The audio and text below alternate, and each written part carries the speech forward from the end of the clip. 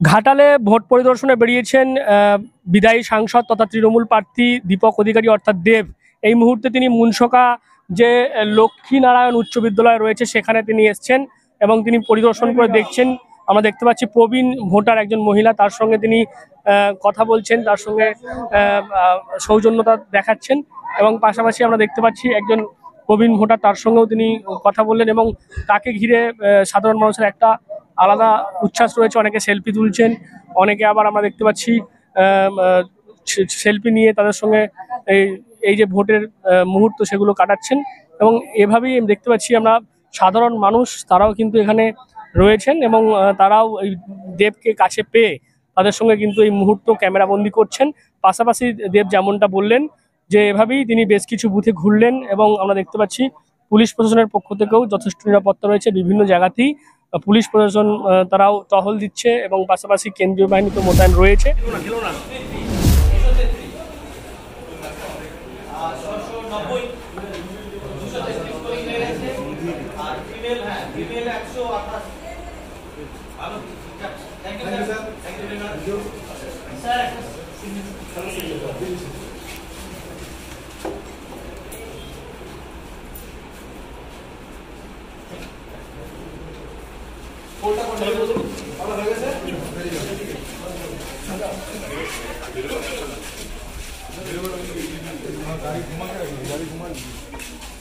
দেখি দেখি দেখি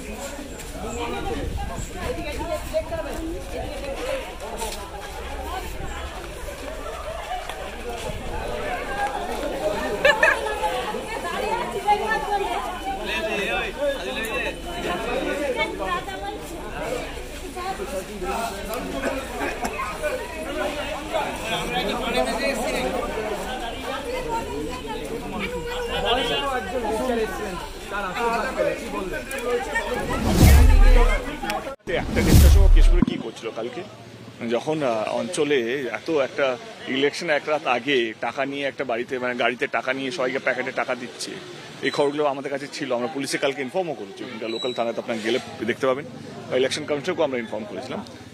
এবং আমার মনে হয় আজকে হিরণ কি করছে, তোমরা ফুল বোর হচ্ছে না আমার সাথে? দেখো, আমি তো কখনো বাইকে করে কখনো টোটো করে আমি তো বুথে বুথে যাচ্ছি, এবং আমি কি হিরণ খাবে, কি পড়বে, আজকে কি কথা বলবে, কার সঙ্গে কতটা কথা বলবে, কাকে ফোন করবে, কোথায় গিয়ে নিজের গাড়িটা আটকাবে, আমি কি আজকে দিনটা সেটা যেন নষ্ট করবো? তোমরা প্রচুর খেটেছি আমি। সব মিলিয়ে দীপক অধিকারী তিনি বেরিয়েছেন ভোট পরিদর্শনে, বিভিন্ন বুথে তিনি যাচ্ছেন, দেখছেন এবং প্রবীণ ভোটার থেকে শুরু করে কচিকাঁচা যারা দেবকে ভালোবাসেন তাদের সঙ্গে কিন্তু সেলফি তোলার একটা হিড়িকও লক্ষ্য করা যাচ্ছে। এবং এই মুহূর্তে তিনি যে আমরা দেখতে পাচ্ছি মনসুখা লক্ষ্মীনারায়ণ উচ্চ বিদ্যালয় সেখানে তিনি রয়েছেন এবং এরপর তিনি আরও বিভিন্ন জায়গায় ঘুরে দেখবেন। এবং যেমনটা তিনি অভিযোগ করছেন, দেব যে হিরণ চট্টোপাধ্যায় তিনি কিন্তু টাকা নিয়ে ঘুরছেন এমনটা তিনি অভিযোগ করছেন এবং গোটা বিষয়কে কেন্দ্র করে আমরা দেখতে পাচ্ছি মানুষের একটা ছবি তোলার হিড়িক রয়েছে দেবকে ঘিরে। কি বলুন আপনারা এই বিষয় নিয়ে? অবশ্যই কমেন্ট করুন কমেন্ট বক্সে। এরকম আরও খবর পেতে নজর রাখবেন ডিএনএন বাংলায়। ডিএনএন বাংলা সবার মনে সবার ফোনে।